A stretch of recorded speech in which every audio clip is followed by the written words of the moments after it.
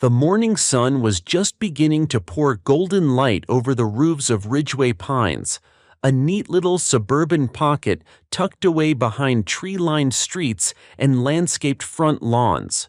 The cul-de-sac at the end of Juniper Drive looked like something out of a real estate brochure, each home uniform in its perfection, driveways edged with trimmed hedges, mailboxes standing at precise angles, and American flags waving in synchronized politeness. It was the kind of neighborhood where neighbors smiled but didn't really talk, where disagreements were filed in complaint forms, not solved over fences, and where the Homeowners Association, Ridgeway Pines HOA, ruled like a silent god, ever-present and all-knowing. They had rules for your trash bins, rules for your grass height, rules for the paint on your mailbox, and even rules about the size of your backyard American flag. Nobody questioned it, not until he arrived. The moving truck backed into the cul-de-sac on a Thursday morning, an odd choice for a move-in day, but that was just the beginning of what the neighbors found off.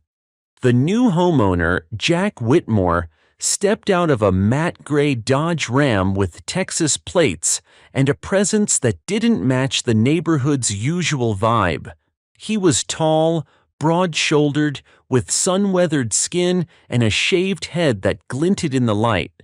No wife, no kids in tow, just a solitary figure with mirrored sunglasses and a German shepherd named Rex, who barked once and then silently surveyed the street like it owed him answers.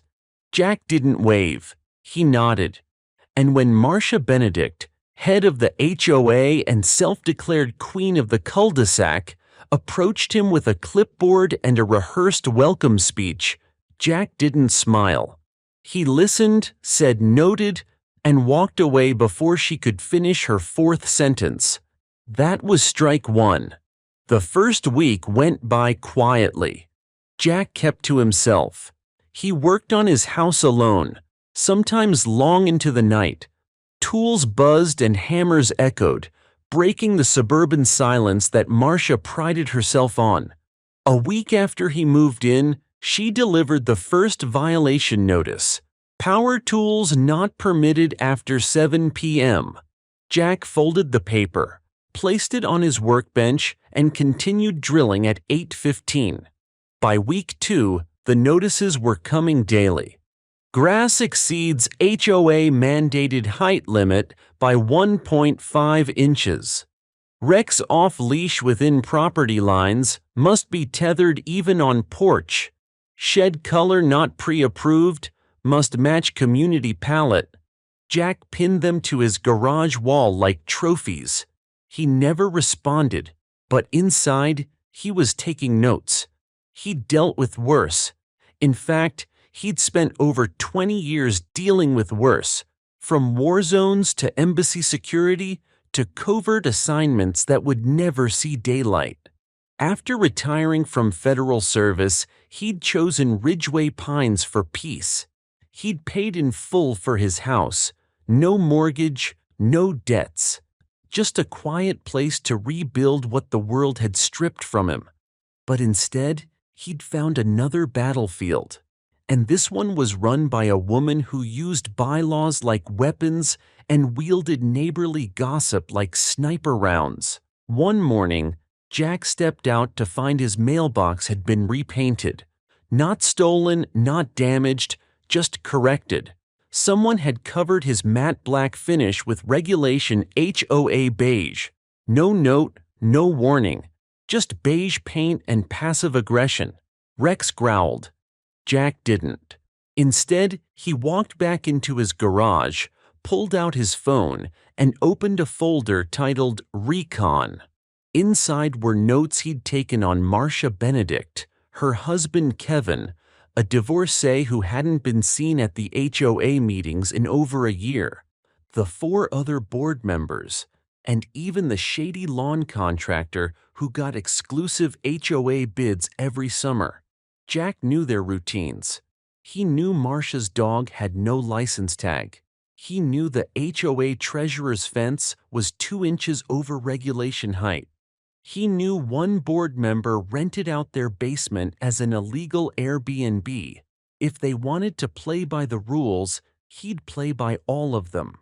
The final spark came when Jack installed a flagpole, a simple, respectful 12-foot pole with a well-lit American flag in the center of his yard. The next day, the HOA sent a formal cease and desist.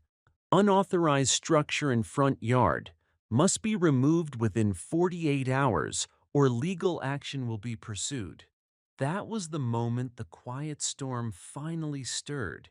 Jack didn't remove the flag. He added another, then a third. And then he invited the neighbors over for beer and barbecue under the fluttering cloth of red, white, and blue, daring them to tell him it was wrong. At first, they came out of curiosity, a few just for the beer. But Jack listened to their stories, the petty citations, the ridiculous fines, the bullying tactics Marcia used behind the polished HOA logo. One by one, they began to open up. One by one, they began to realize they hated the HOA too. They were tired of being policed for the color of their shutters, tired of being fined for improperly angled Halloween decorations, tired of the sanctimonious woman who ruled their lives with the smile of a Stepford robot and the soul of a tax auditor. Jack had been a one-man rebellion, but now he was gathering an army, and the HOA had no idea what was coming. By the time the third barbecue rolled around, Jack's front lawn had become something more than just a grill and lawn chairs. It had become the unofficial gathering place of Ridgeway Pines' discontent. Neighbors who hadn't spoken in years now shared beers, whispered stories, and exchanged HOA war tales like veterans recalling old battles. It was during one of these casual front yard meetups that Jack pulled out a manila folder and set it on the table. "This," he said quietly, "is our Declaration of Independence." Inside were printouts of Ridgeway Pines' HOA bylaws, pages of regulations so dense and self-contradictory they practically folded in on themselves. But Jack had read every word, annotated, cross-referenced, and more importantly, found the loopholes. "Marcia and the board are counting on the fact that no one ever reads this stuff," he explained. "They violate half their own rules and selectively enforce the rest. Which means, if we start playing by the book better than they do, we can dismantle them." The neighbors leaned in, skeptical but interested. Jack wasn't just angry, he was methodical. And that was a dangerous thing. The first strategic move came in the form of a lawn. Tom and Becky Langford, who lived 2 houses down, had just been fined $400 for allowing their front yard grass to turn excessively yellow during the dry spell. Jack paid them a visit the next day, tape measure and clipboard in hand. He documented the height, the discoloration pattern, and then did the same to 3 other homes, 2 of them HOA board members, whose yards looked worse. 3 days later, an anonymous complaint was filed with the City Code Enforcement Office. By week's end, 2 board members had official citations, not just HOA fines, but real municipal warnings. Suddenly, the enforcers were on defense. Marcia Benedict wasn't stupid. Petty, yes. Power-hungry, definitely. But not stupid. She noticed the change in the neighborhood almost immediately. The silence of her power had been replaced by a kind of hum, low, suspicious, active. People stopped answering her HOA calls. A few even shut their doors in her face. And Jack Whitmore had become the eye of the storm. She marched to his front door one Thursday morning with a fresh notice in hand. Rex barked once and went quiet. Jack opened the door wearing gym shorts and a t-shirt that said, "I know my rights." "This is your third violation in 2 weeks," she said tightly. "Shed color, noise ordinance, and now unregistered signage." Jack raised an eyebrow. "Signage?" She pointed to a small placard staked into his lawn. It read, "HOA Free Zone. Free people don't need permission to breathe. It's political," she snapped. "No political signage allowed under HOA regulations." Jack smiled calmly and held out his phone, showing her a screenshot from the bylaws. "Actually, temporary signage expressing opinion or protest is allowed for up to 14 days, as long as it doesn't exceed 6 square feet. Mine's 3. Marcia's eyes flicked from the phone to the sign. She said nothing. Jack tilted his head. "You should probably read those rules a little closer, Marcia," he said. "They apply to you too." She turned and walked off without a word. That was the moment she realized he wasn't just breaking rules. He was beating her at her own game. The rebellion grew bolder after that. Neighbors stopped cutting their grass precisely to code, just to see if they'd be cited. When they weren't, others followed. Halloween came early that year. October 1st brought out decorations with a vengeance. Inflatable ghosts, 12-foot skeletons, flickering LED lights. Marcia threatened fines, but nobody paid them. And Jack? Jack began compiling evidence. He filed a Freedom of Information request with the city to review HOA financial records. Records that should have been public but weren't disclosed for years. He found that Marcia had paid a local contractor, Brent Landscaping, over $75,000 in no-bid contracts in the last 2 years. The contractor? Her nephew. It was classic nepotism, buried in the budgets. Worse yet, the HOA insurance premiums had quietly doubled, but no one could explain why. Jack printed out the records and passed them out during what he began calling porch meetings. Small, informal gatherings at neighbors' homes every Friday night.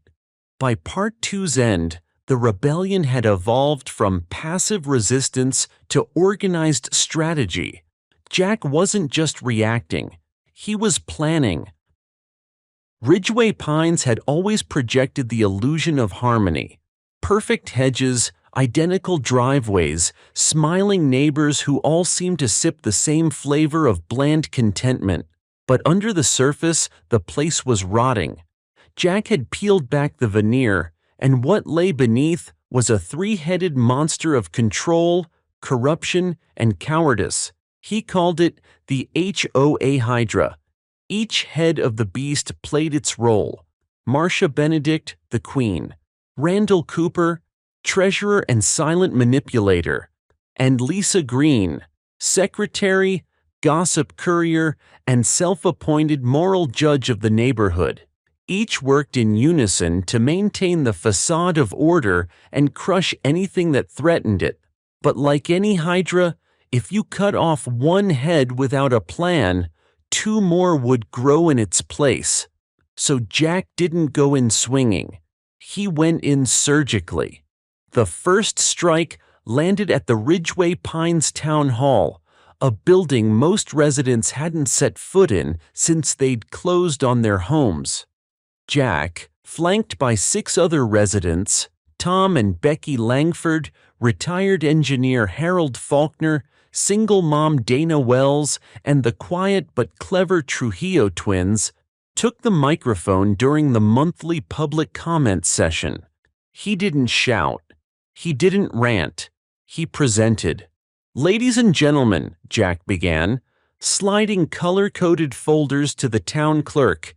"Inside these documents, you'll find evidence of financial impropriety, HOA mismanagement, and possible fraud involving a no-bid contractor who happens to be a relative of the HOA president. All of this was paid using mandatory dues collected from over 120 families, without transparency, without consent, and without oversight. Gasps filled the room. Some murmured, others stiffened. Then Jack added the finishing blow. "We are requesting a full municipal audit of the Ridgeway Pines HOA, as per our rights under the Fair Homeowners Act of 2019, and we're willing to retain legal counsel if ignored." The city council took the folders. A staffer began scribbling down notes. And as the camera from the public broadcast feed zoomed in, Marcia, who sat tight-lipped in the third row, finally looked rattled. She hadn't seen this coming. She had underestimated the man who didn't decorate for Christmas and didn't attend potlucks. She thought Jack was just angry. She didn't know he was a trained strategist. The fallout was swift. Within a week, the city had scheduled an independent auditor to begin reviewing Ridgeway Pines HOA's finances. Suddenly, Marcia's cheery monthly newsletters stopped arriving. The HOA website went down for maintenance, and a mysterious email was sent to all residents claiming technical difficulties had delayed board updates. But Jack wasn't done. He knew how to disrupt a system from within. So he turned to the bylaws once again, this time to exploit a clause buried near the end of the governing document. A petition signed by 60% of homeowners may initiate a special vote to recall one or more HOA board members to be conducted within 30 days of verification. That clause became the rebellion's new mission. Jack printed the forms. Donna Wells built a spreadsheet. The Trujillo twins mapped each house and tracked contact. And by the end of 2 weekends, just 2, they had signatures from over 80 households. Marcia tried everything to stop them. She called the signatures invalid. She claimed residents were pressured. She accused Jack of defamation and even tried to get a restraining order. It failed because Jack hadn't broken a single law, not one. He was following their rules, just better than they ever had. But the Hydra wasn't done fighting. Randall Cooper, usually the silent shadow in Marcia's plans, began leaking misinformation. He sent emails warning residents that tax increases and outsider interference would destroy property values if the HOA lost control. Lisa Green spread rumors that Jack had a criminal past, that he'd been fired from the government, that he was dangerous.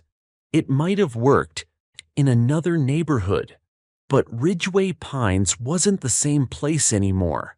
The rebellion had spread. People were talking to each other, watching, comparing, and they had Jack's hard evidence. The lies only made them more furious. 2 days before the scheduled recall vote, Jack received an anonymous note taped to his front door. "We know who you really are. You can't hide forever.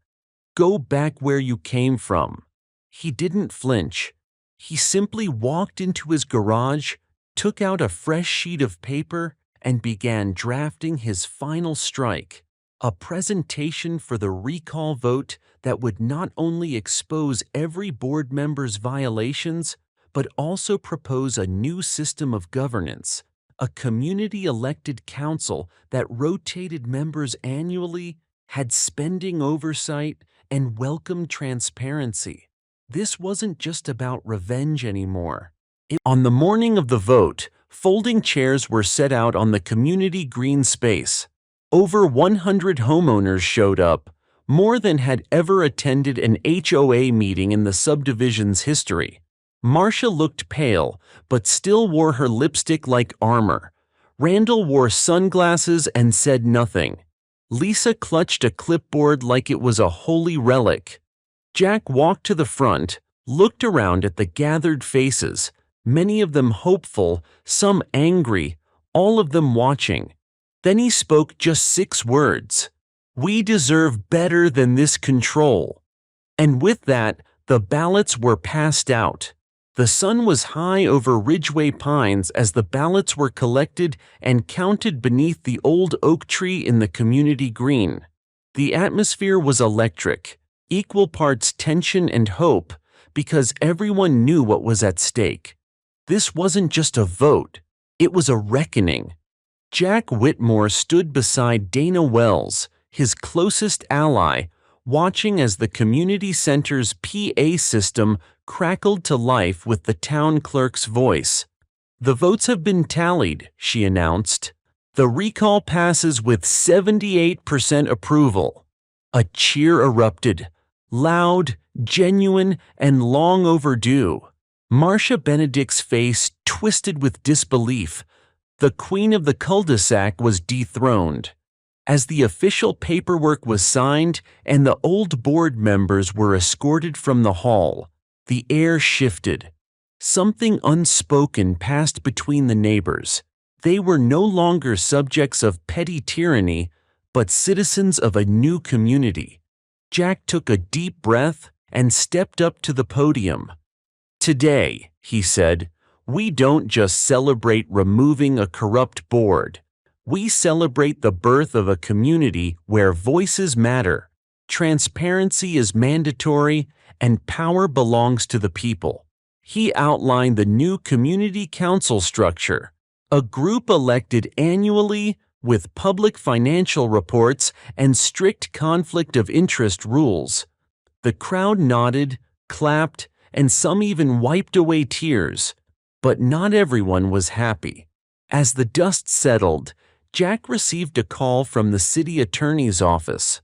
Marcia had filed a lawsuit against him and several other residents for harassment, defamation, and interference with HOA business.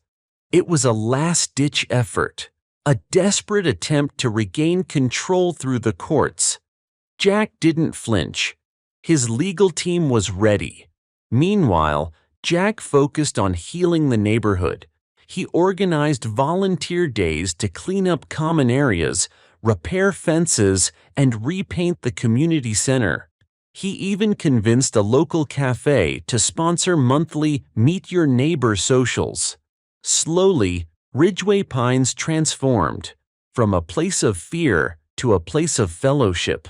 The lawsuit dragged on for months, but Jack's legal defense exposed the many ways the old board had broken state and federal laws. Eventually, Marcia withdrew the suit and moved out of the neighborhood under a confidential settlement. The new council passed strict ethics policies and hired a professional management company to oversee finances. One evening, as Jack sat on his porch watching children play in the cul-de-sac, Dana joined him with 2 cups of coffee. "We did it," she smiled. Jack nodded. "It wasn't just about us. It was about everyone who ever felt powerless in their own home." Dana glanced at the street signs, the freshly painted mailboxes, the neighbors chatting and laughing. "This is what community should feel like," she said softly. Jack took a sip of coffee and smiled. "Yes," he agreed. "This is just the beginning." The morning after the new council took office, Ridgeway Pines felt different. The usual hum of complaint and suspicion was replaced by cautious optimism. Streets that had once echoed with whispered rumors now buzzed with real conversations, smiles, and invitations. Jack Whitmore woke early and went for a walk, nodding at neighbors watering their gardens or walking dogs. The community was waking up, slowly but surely, to a new reality. The new council wasted no time. They held weekly meetings open to all residents. Every financial report, contract, and meeting minute was posted online. No more secret dealings or shady budgets. Instead, transparency became the new rule. Dana Wells took charge of community outreach, ensuring that even the quieter voices were heard. She organized neighborhood watches, book clubs, and youth activities. Ridgeway Pines was becoming a real neighborhood again, not just a subdivision of houses. But change never comes without challenges. Marcia Benedict's loyalists weren't ready to let go quietly. Some homeowners complained about the increased noise and too many gatherings. Others grumbled about the new spending on community projects instead of keeping the place pristine. Jack met with these dissenters personally. He listened, acknowledged their concerns, and explained that community meant compromise and respect. Slowly, even the skeptics began to soften. One evening, the new council invited everyone to a block party, a celebration of progress and promise.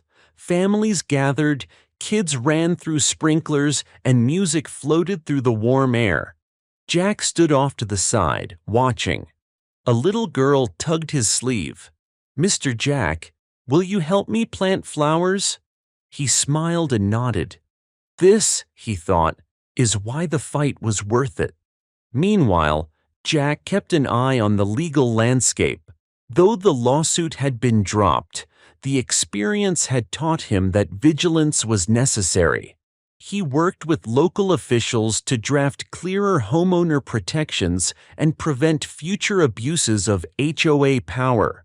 Months later, Ridgeway Pines was unrecognizable. Where once fear and resentment ruled, now hope and cooperation thrived. The Cul-de-Sac rebellion had become a blueprint for neighborhoods everywhere, a reminder that no matter how small the community, power belongs to its people. The seasons changed, and Ridgeway Pines flourished. Trees bloomed brighter, lawns grew greener, and the laughter of children echoed longer down the streets. The neighborhood had transformed from a battleground into a home. Jack Whitmore stood at the edge of the cul-de-sac, watching neighbors gather for an evening barbecue. The new council had become a stable force, rotating leadership and welcoming fresh ideas. Transparency wasn't just a policy, it was a culture. Jack reflected on the long road that brought them here. The battle had been tough, sometimes lonely, and costly. He remembered the threats, the lawsuits, the whispers in the shadows. But what stayed with him most was the power of people coming together, standing up for fairness and demanding respect. One night, as the barbecue ended and the last guests waved goodbye, Dana approached Jack with a thoughtful look. "Do you ever wonder what would have happened if no one stood up?" she asked. Jack shook his head. "It would have been the same story: fear, control, and silence. But we chose differently." Dana smiled. "You gave us a voice." Jack looked around the quiet street, now peaceful and alive. "This is just the beginning," he said softly. "We've set a precedent. Wherever injustice hides, people will rise." In the months that followed, other communities reached out to Jack, inspired by Ridgeway Pines' story. They asked for advice, shared their struggles, and started their own rebellions against HOA abuses. Jack became more than just a neighbor. He became a symbol of grassroots power and change. The Cul-de-Sac rebellion was more than a fight for control. It was a reclaiming of dignity, community, and hope. And for Jack Whitmore, that was a victory worth every battle scar. The sun rose gently over Ridgeway Pines, casting warm light on a neighborhood transformed, not just by new policies or fresh paint, but by renewed spirit. The cul-de-sac was no longer a place of whispered fears or petty power struggles. It was home. Jack Whitmore stood before a crowd gathered at the community center for the first annual Ridgeway Pines Day, a celebration of unity, progress, and the strength of neighbors standing together. He looked out over faces young and old, New residents and longtime families, all smiling, laughing, sharing stories. "This day isn't just about what we've accomplished," Jack said into the microphone. "It's about what we've become. A community that refuses to be silenced, that demands fairness, and that protects each other." As applause filled the air, Jack thought about the journey. The battles fought, the victories won, the friendships forged. The Cul-de-Sac rebellion was more than a story of revenge. It was a legacy of resilience. Neighbors stepped forward to thank Jack and the council, promising to keep the spirit alive. Later, as the sun set, Jack walked the quiet streets, the sounds of laughter and music fading behind him. He knew challenges would come again, new issues, new conflicts, but Ridgeway Pines was ready, because the real victory wasn't in ousting a corrupt HOA. It was in reclaiming community itself. Jack smiled. The rebellion had ended. The real work had just begun.